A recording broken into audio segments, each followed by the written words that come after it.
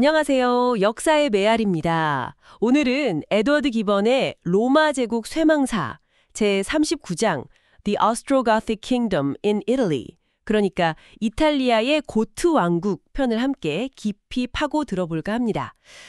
서로마 제국의 그 찬란했던 영광이 이제 역사 속으로 사라지고 한 반세기쯤 지났을까요?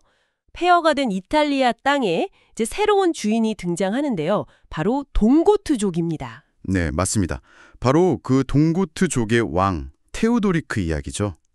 보통 우리가 야만족이라고 부르잖아요. 그런데 기본은 그를 단순히 그렇게만 보지 않아요. 오히려 무너진 로마 문명의 질서를 다시 세우려고 했던 굉장히 복합적인 인물로 그리고 있습니다. 아, 야만족 출신인데 로마 문명을 재건하려 했다고요? 흥미로운데요. 그렇죠. 뭐랄까, 야만의 힘으로 제국을 위협했지만 또 역설적으로는 그 문명의 질서를 동경하고 지키려 했던 그런 통치를 했다는 거죠. 오늘 저희가 이 기본의 기록을 통해서요, 그의 통치가 과연 어떻게 시작됐는지, 그리고 이탈리아에는 어떤 빛과 그림자를 남겼는지 좀 자세히 들여다보려고 합니다. 네, 기번이라면 아마 이렇게 말했을지도 모르겠어요. 그는 야만의 왕이었지만 문명의 수호자였다. 문명의 폐허 위에서 그가 펼쳤던 통치, 그 흥미로운 여정을 지금부터 한번 따라가 보죠. 우선 테오도리크라는 인물 자체부터 좀 살펴볼까요? 이 사람이 어떻게 권력의 중심에 서게 됐는지, 기번은 그의 젊은 시절을 어떻게 그리고 있나요? 테오도리크는 사실 그 어린 시절을요, 동로마 제국의 수도 콘스탄티노플에서 보냈어요. 인질로요. 인질로요? 아, 네. 근데 이게 참 아이러니한 게 그 경험이 오히려 그에게 제국의 어떤 전쟁 방식이나 정치 감각 같은 걸 익히는 그런 기회가 됐다는 거죠. 기번의 기록을 보면 글을 읽거나 쓰지는 못했다고 해요. 문맹이었던 거죠. 그런데도 타고난 어떤 통치 본능이나 현실 감각이 굉장히 뛰어났다고 평가합니다. 아, 글은 몰랐지만 시대를 읽는 눈, 또 사람을 다루는 능력은 탁월했다. 이런 거군요. 그럼 동로마 제국하고의 관계는 어땠어요? 처음에는 좀 괜찮지 않았나요? 네, 맞아요. 그 제논 황제가 그의 능력을 알아보고 로마 귀족 최고 영예인 파트리키우스 칭호도 주고 집정관 자리까지 줬으니까요. 오, 상당히 파격적인데요? 그렇죠. 근데 테오도리크가 곧 제국의 등을 돌립니다. 반란을 일으키죠. 기본 기록에 따르면 그가 이끄는 고트족이 트라키아 지방을 아주 무자비하게 유린했다고 해요. 유린이요? 네. 심지어는 농민들 손을 잘라서 아예 농사를 못 짓게 만드는 그런 잔혹함까지 보였다고 하죠. 이게 어떻게 보면 제국에 대한 그의 좀 양면적인 태도를 보여주는 것 같아요. 제국의 시스템 안에서 컸지만 결국에는 자기 민족, 자기 힘을 우선시했던 거죠. 제국의 질서를 배우긴 했지만 필요하다면 그걸 파괴할 힘도 가졌던 그런 인물이군요. 그런 그가 어떻게 저 멀리 있는 이탈리아 땅까지 넘보게 된 건가요? 그게 또 재미있는데 바로 그 제논 황제에게 이탈리아 정복을 제안합니다. 자기를 인정해줬던 황제한테요? 네. 그때 이탈리아는 오도아케르라는 다른 게르만족 지도자가 장악하고 있었거든요. 근데 기번은 이 제안의 성격이 좀 모호했다고 지적해요. 테오도리크가 황제의 총독 자격으로 가는 건지 아니면 그냥 독립적인 정복자로 가는 건지 이게 좀 불분명했다는 거죠. 그리고 이게 나중에 동로마 제국하고 갈등하는 씨앗이 됩니다. 아, 단순히 군대를 이끌고 간 게 아니라 민족 전체가 움직이는 그런 대이동이었다는 점도 좀 인상 깊어요. 맞습니다. 기본은 이걸 단순한 군사작전이라기보다는 정말 동고트 민족 전체가 생존을 걸고 움직인 대이동으로 묘사해요. 여자, 아이, 노인 할 것 없이 다 같이요. 그 험한 알프스 산맥을 넘어서 거의 700마일을 갔다고 하니까요. 겨울에요. 겨울에요? 와. 네. 식량도 부족하고 춥고 또 가는 길에 다른 부족들 공격도 받고 그야말로 테오도리크라는 지도자 한 명, 그의 약속 하나만 믿고 간 거죠. 정말 민족의 운명을 건 도박이었네요. 그럼 이탈리아에 도착해서는 좀 순조로웠나요? 그 오도아케르하고 충돌은 피할 수 없었을 텐데요. 역시나 격렬한 전투가 벌어졌고요. 결국 테오도리크가 오도아케르를 라벤나라는 도시에 가두는 데 성공합니다. 아, 라벤나요? 네. 근데 이 라벤나가 천혜의 요새였어요. 그래서 포위전이 무려 3년이나 이어졌습니다. 3년이요? 지루한 싸움이었겠네요. 네. 결국엔 두 지도자가 이탈리아를 같이 통치하자 이렇게 합의를 하고 평화 조약을 맺습니다. 아, 그럼 이제 평화가 오는가 싶었는데 근데 그 평화가 오래 못 갔죠. 기번이 여기서 아주 충격적인 장면을 묘사한다면서요? 네, 바로 그겁니다. 조약을 맺은 지 불과 며칠 뒤에요. 테오도리크가 라벤나 궁정에서 연회를 열었는데 그 자리에서 오도아케르를 자기 손으로 직접 칼로 찔러 살해합니다. 자기 손으로요? 직접, 와. 네, 기본은 이 배신 행위를 두고 권력욕이나 서로에 대한 불신이 빚어낸 필연적인 결과일 수도 있다. 이렇게 분석을 해요. 그러면서도 한 발 더 나아가서 아주 도발적인 질문을 던지죠. 이 끔찍한 범죄가 역설적으로 분열되어 있던 이탈리아의 공공의 행복, 그러니까 안정된 통치 시대를 열기 위한 필요악은 아니었을까 하고요. 필요하게요. 물론 현대적인 관점에서 보면 받아들이기 힘들죠. 하지만 당시의 그 냉혹한 정치 현실을 반영하는 기본의 아주 날카로운 통찰이라고 할 수 있습니다. 그는 평화를 약속한 다음 날 피로써 왕국을 세웠다. 이런 말이 딱 떠오르네요. 아, 정말 권력의 속성이란 게 참 무섭습니다. 자, 이렇게 이탈리아 전역을 장악한 테오도리크, 이제 어떤 통치를 펼쳐 나갔을까요? 기본은 그의 통치 시대를 이탈리아의 황금기라고까지 평가한다고요. 네, 맞아요.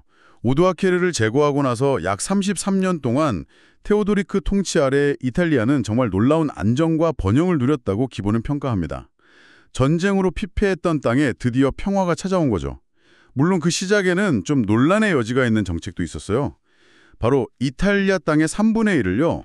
자기를 따라온 고트족 병사들한테 나눠준 겁니다. 3분의 1이나요? 정복자니까 당연한 권리 행사라고 볼 수도 있겠지만 원래 살던 사람들 입장에서는 불만이 컸겠는데요. 기본은 이걸 어떻게 보나요? 기본도 이 조치가 테오도리크 통치 중에 거의 유일하게 불의하다 이렇게 비판받는 지점을 하고 언급은 해요. 하지만 동시에 몇 가지 좀 어쩔 수 없는 측면도 있었다고 이야기합니다. 그 전에 있던 오도아케르도 비슷한 약속을 했었고 또 정복자로서의 권리 주장도 있었고 무엇보다 자기를 믿고 목숨 걸고 따라온 그 수십만 명의 민족을 먹여 살려야 할 현실적인 책임이 있었다는 거죠. 병사들만 해도 한 20만 명의 가족들까지 하면 엄청났겠죠. 아, 현실적인 어려움이 있었군요. 그렇다면 이렇게 땅을 얻은 고트족하고 기존에 살던 이탈리아 주민들은 어떻게 같이 살았나요? 계속 싸우고 그러진 않았을까요? 여기서 테오도리크의 어떤 통치 지혜가 좀 드러나는 것 같아요. 기본은 그가 일종의 이원체제, 그러니까 듀얼 시스템을 구축했다고 설명합니다. 이원체제요? 네, 그러니까 고트족하고 로마인을 분리하면서도 공존시키는 방식이었던 거죠. 고트족은 주로 군사적인 역할을 맡았고 세금도 면제받는 특권을 누렸어요. 그리고 자기들만의 법, 자기들 재판관한테 재판을 받았죠. 코메스 고토름이라고 불렀다고 해요.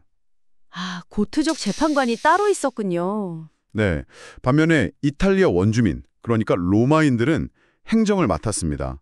그리고 기존의 로마법, 관습, 언어 다 그대로 유지할 수 있었어요. 군사는 고트족, 행정은 로마인. 아, 역할을 딱 나눈 거네요. 서로 영역을 좀 존중해주면서 충돌을 최소화하려고 했던 거군요.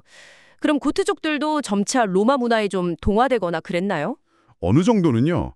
기본 기록을 보면 고트족들이 로마식 옷을 입기 시작했다 이런 이야기가 나와요.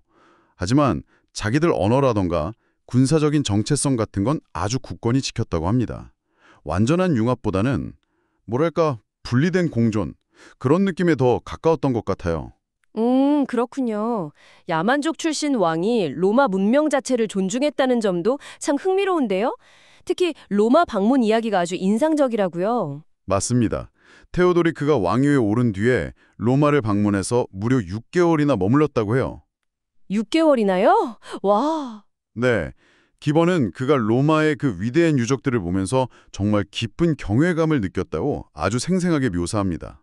카페톨리노 언덕에 올라서 도시를 쫙 내려다보고 트라이아누스 황제의 그 거대한 포럼, 기념 원주, 폼페이우스 극장, 또 콜로세움 같은 폐허 앞에서 매일매일 새로운 경이로움을 느꼈다. 이렇게 고백했다는 기록을 전하고 있죠. 그냥 감탄만 한 게 아니라 실제로 보존하려고 노력했다는 점이 중요하겠네요.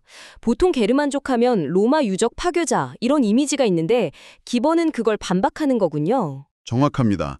기본은 오히려 테오도리크 같은 고트족 통치자들이 로마 유산의 파괴자가 아니라 수호자였다. 이렇게 강조해요.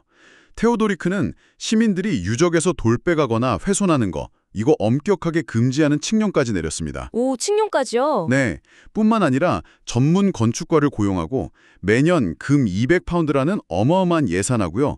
타일 2만 5천 장, 그리고 루크린의 항구 관세 수입까지 전부 로마 성벽이나 공공건물 보수하는 데 쓰도록 했어요. 그 퀴리날레 언덕에 있는 유명한 말 족각상 있잖아요. 몬테카발로. 그런 예술품 관리에도 아주 세심하게 신경 썼다고 하죠. 정말 그는 로마의 도를 세우면서 문명의 기둥을 다시 세웠다. 이렇게 말할 만합니다. 와, 정말 놀랍네요. 야만 전사에서 문명의 후원자로 변모한 모습이군요. 그의 통치 아래 그럼 이탈리아는 구체적으로 어떤 모습이었을까요? 기본이 묘사하는 황금기는 어떤 풍경이었나요? 기본은 이 시기를 평화와 풍요가 넘치는 그런 시대로 그리고 있어요. 테오도리크는 주로 라벤나에 머물면서 직접 과수원도 가꿀 정도로 평화로운 통치를 지향했고요. 그러면서도 필요할 때는 북부 국경 방어를 위해서 베로나로 궁정을 옮기는 그런 기민함도 보였죠. 그의 치세 아래에서 라벤나, 파비아, 스폴레토, 나폴리 같은 주요 도시들이요. 파괴됐던 교회, 수도교, 목욕탕, 주랑, 궁전 이런 것들이 막 복구되고 새로 지어지면서 활기를 되찾았다고 합니다. 단순히 건물만 막 지은 게 아니라 사람들 삶에도 실제적인 풍요가 있었군요. 네, 기본은 당시 이탈리아 사회의 그 활기찬 모습을 여러 예를 들어서 보여줘요. 로마 원로원 귀족들은 여전히 겨울이면 나폴리만 근처의 바이아 온천이나 호아빌라에서 휴가를 즐겼고요. 아드리아해 연안의 이스트리아 지방은 너무 풍요로워서 제2의 캄파니아라고 불릴 정도였대요. 제2의 캄파니아요. 와. 네. 또 마르실리아샘 근처에서는 아주 큰 시장이 열려서 상업활동도 활발했고 데플리니우스 고향이었던 코모 호수 주변은 아름다운 전원저택들로 가득했다. 이렇게 묘사합니다. 기본 기록을 따라가다 보면요. 정말 오랜 전쟁과 혼란 끝에 찾아온 평화와 번영을 이탈리아 사람들이 만끽하고 있었구나 하는 걸 느낄 수 있습니다. 정치적으로 안정되고 경제적으로 번영하고 문화유산까지 존중하고 정말 이상적인 통치자처럼 보이는데요. 그런데 종교 문제에 있어서는 어땠나요? 테오도리크 자신은 당시 주류랑 다른 아리오스파 기독교인이었잖아요. 로마 카톨릭하고 관계는 괜찮았어요? 이 점도 테오도리크 통치에서 아주 주목할 만한 부분입니다. 기본은 그가 비록 소수파인 아리우스파 신앙을 가졌지만 다수파인 니케아 신앙, 그러니까 카톨릭을 존중하면서 정말 놀라울 정도의 종교적 관용 정책을 유지했다. 이렇게 높이 평가해요. 오, 관용 정책이요? 네. 그는 가톨릭 교회가 기존에 누리던 특권들을 다 인정하고 보호해줬고요. 심지어 로마에 있는 성 베드로 무덤에 귀한 선물을 바치기도 했다고 합니다. 이런 관용 덕분에 당시의 카톨릭 성직자들조차도 그를 칭송하는 기록을 남겼을 정도예요. 자기 신념이랑 다른 종교를 포용하는 관용이라니 그 시대에는 정말 드문 미덕이었겠네요. 하지만 이 관용 정책도 끝까지 가진 못했다면서요. 말년에는 좀 갈등이 있었다고요? 안타깝게도 그렇습니다. 기본은 테오도리크 말년에 그의 그 빛나는 통치에 좀 어두운 그림자가 드리우기 시작했다 이렇게 지적해요. 특히 동로마 제국하고 관계가 나빠지면서 이탈리아 안에 있는 카톨릭 세력에 대한 왕의 의심이 좀 커져갔을 가능성을 이야기합니다. 아, 외부 관계가 내부에도 영향을 미쳤군요. 네, 결정적인 계기는 유대인 회당 방화 사건에 대한 그의 처리 방식이었어요. 테오도리크가 가톨릭 신자들한테 불타버린 회당 재건 비용을 배상하라고 명령을 내렸거든요. 여기에 대해서 가톨릭 공동체가 거세게 반발하면서 왕과 신하들 사이에 불신의 골이 깊어지게 됩니다. 종교적 관용이라는 미덕이 깨지기 시작하면서 그의 통치에도 균열이 가기 시작했군요. 이것이 결국 그 유명한 철학자 보에티우스의 비극으로 이어지는 건가요? 네, 그렇습니다. 동로마 제국의 유스티누스 황제가 아리우스파를 박해하기 시작하자 테오도리크는 이걸 자신에 대한 위협으로 받아들였어요. 이런 불안한 분위기 속에서 원로원 의원 알비누스라는 사람이 동로마랑 내통했다, 이런 반역 혐의로 고발을 당합니다. 그때 최고 행정직인 집정관이었던 철학자 보에티우스가 알비누스를 아주 열정적으로 변호하면서 이렇게 외쳤다고 해요. 알비누스가 유죄라면 나와 원로원 전체도 유죄다. 와, 굉장히 강하게 나섰네요. 네, 근데 이게 화근이 됐죠. 친구를 변호한 대가가 너무 컸군요. 네, 결국 보에티우스 자신도 동로마 황제랑 짜고 로마의 자유를 회복하려 했다. 이런 반역 혐의로 체포되고 맙니다. 기본은 당대 최고의 지성이자 덕망 높았던 보에티우스가 이렇게 좀 어이없는 혐의로 감옥에 갇히는 과정을 상당히 비중 있게 다뤄요. 그의 명성이나 학식 때문에 테오도리크의 의심이 오히려 더 깊어졌을 수도 있고요. 그의 마지막은 어땠습니까? 기본의 묘사가 특히 좀 처참하다고 들었는데요. 네, 파비아 감옥에 갇힌 보에티우스는 그곳에서 불후의 명작이죠. 철학의 위안을 지필합니다. 하지만 그의 지혜가 현실의 비극을 막지는 못했죠. 기본은 그의 처형 방식이 정말 극도로 잔혹했다고 기록해요. 머리에 밧줄을 아주 단단히 감아서 눈알이 튀어나올 정도로 조인 다음에 결국 몽둥이에 맞아 숨을 거뒀다고 전합니다. 아, 끔찍하네요. 네. 그리고 비극은 여기서 끝나지 않았어요. 그의 장인이자 역시 존경받던 원로원 여의원이었던 시마쿠스마저도요. 사위이자 친구인 보에티우스의 죽음을 슬퍼했다는 그 이유만으로 라벤나로 끌려가서 처형당하고 맙니다. 아니, 슬퍼했다는 이유만으로요? 네. 정말 지혜는 그의 왕국을 구하지 못했다는 말이 실감나는 그런 순간이죠. 아, 한때 그렇게 현명하고 관대했던 통치자가 어쩌다가 말년에 이렇게 끔찍한 일들을 저지르게 된 걸까요? 기본은 그 이유를 뭐라고 보나요? 기본이 명확하게 딱 이거다 하고 하나의 원인을 지목하진 않아요. 그보다는 여러 복합적인 요인이 작용했다고 좀 암시하는 편입니다. 예를 들면 이제 나이가 된 왕이 느끼는 어떤 불안감이나 깊어진 의심, 또 동로마 제국과의 정치적인 긴장 고조, 그리고 결정적으로 아리우스파인 자기 자신과 다수인 카톨릭 시민들 사이에 그 해소되지 못한 종교적 갈등 같은 것들이 막 얽히고 설켜서 폭발한 결과가 아니었을까? 뭐 이렇게 해석할 여지를 남겨두죠. 이유가 뭐든 간에 이 보에티우스와 시마쿠스의 죽음은 테오도리크의 그 위대한 통치에 정말 지울 수 없는 오점으로 남게 되었습니다. 영광과 오욕이 정말 극적으로 교차하는 삶이었네요. 말년의 테오도리크는 그럼 어떤 모습으로 생을 마감했나요? 그리고 기본은 그의 통치 전체를 최종적으로 어떻게 평가하고 있을까요? 기본은 테오도리크가 보에티우스와 시마쿠스의 죽음을 아주 깊이 후회하면서 양심의 가책이랑 병으로 고통받았다고 전해요. 그는 죽음을 앞두고 어린 손자 아탈라릭에게 왕위를 물려주고요. 딸 아말라 순타를 섭정으로 임명했습니다. 그리고 손자들한테 이런 유언을 남겼다고 해요. 로마의 법을 존중하고 동로마 황제와 우호적인 관계를 유지하고 원로원을 보호해라. 아, 자신의 실수를 되풀이하지 말라는 당부였겠군요. 그렇죠. 죽음 이후에 그에 대한 전설 같은 것도 생겨났다고요? 네, 그가 죽은 다음에 그의 영혼이 시칠리아 근처 리파리 섬의 활화산 불길 속으로 던져졌다는 그런 전설이 생겨났다고 합니다. 아마 카톨릭 신자들은 이걸 그의 죄, 특히 보에티우스를 죽인 것에 대한 벌이라고 여겼겠죠. 그럴 수 있겠네요. 근데 기본은 여기서 또 한 번 아주 흥미로운 해석을 덧붙입니다.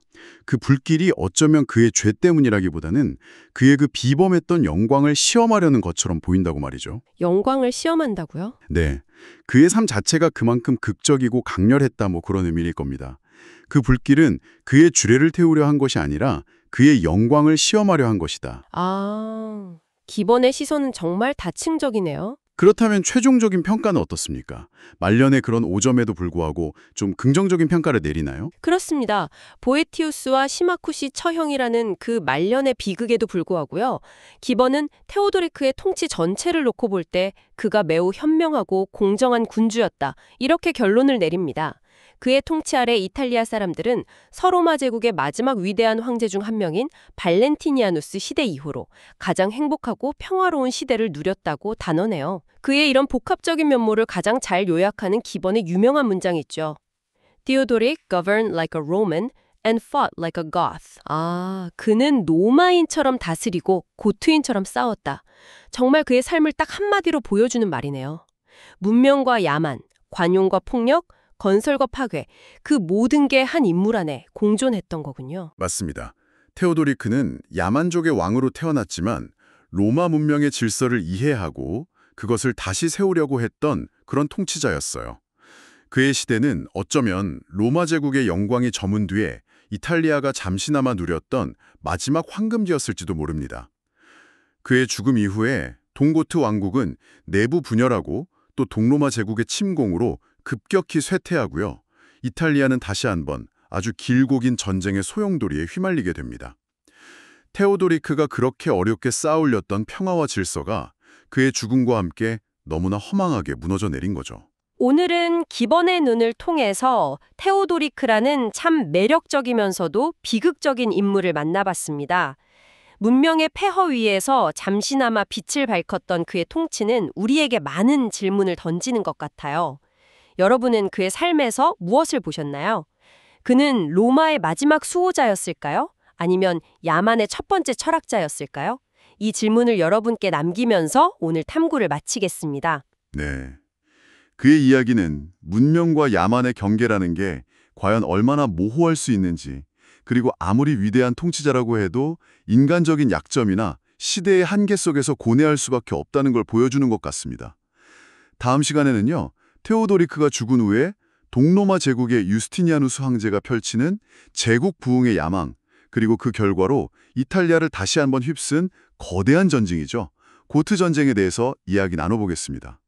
테오도리크가 남긴 유산이 어떻게 사라져가는지 함께 지켜보시죠. 역사의 메아리, 다음 시간에 다시 찾아뵙겠습니다.